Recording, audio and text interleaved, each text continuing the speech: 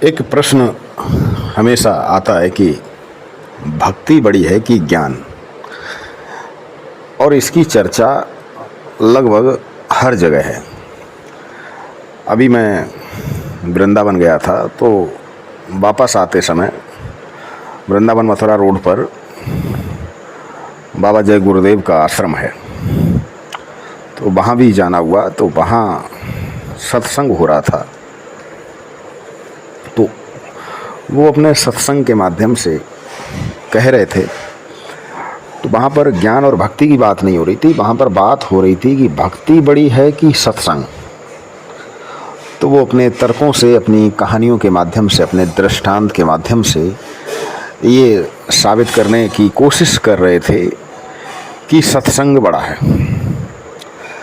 खैर, अब ये प्रश्न बिल्कुल उसी तरह है कि भक्ति बड़ी है कि ज्ञान बड़ा है कि सत्संग बड़ा है, कि मुर्गी पहले आई कि अंडा।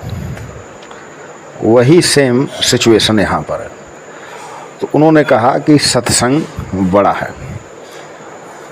तो साथियों, यहाँ पर बाबा गोस्वामी तुलसीदास ने रामचरितमानस में लिखा है कि बिन सत्संग विवेक न होए। ये बिल्कुल सही बात है कि सत्संग के बिना विवेक नहीं होता है। बिन सत्संग विवेक न होए, लेकिन उसके आगे उन्होंने लिखा है और राम कृपा कछु सुलभ न सोए।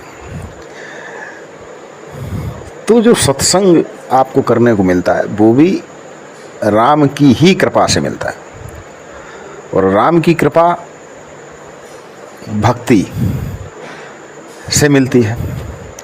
तो अब यहाँ पर वही चीज़ आ गई है कि सत्संग करने से विवेक आएगा, विवेक जागेगा तो आप ईश्वर की भक्ति करेंगे, और जब भक्ति करेंगे तो राम की कृपा से आपको सत्संग मिलेगा।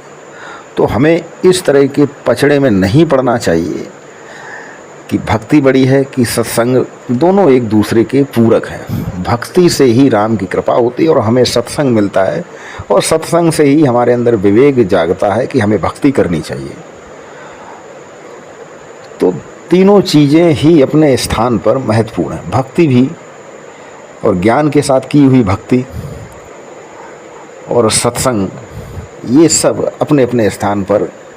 जैसे कहा जाता है कि माता पिता की भक्ति या भगवान की भक्ति, तो दोनों अपने अपने स्थान पर महत्वपूर्ण हैं। कोई छोटा या बड़ा नहीं है। माता पिता की भक्ति, सेवा, पूजा अपनी जगह है, और भगवान की पूजा और सेवा अपनी जगह है। तो हमें इस संदेश, संशय, इस पचड़े में नहीं पड़ना चाहिए कि कौन बड़ा है और कौन छोटा है।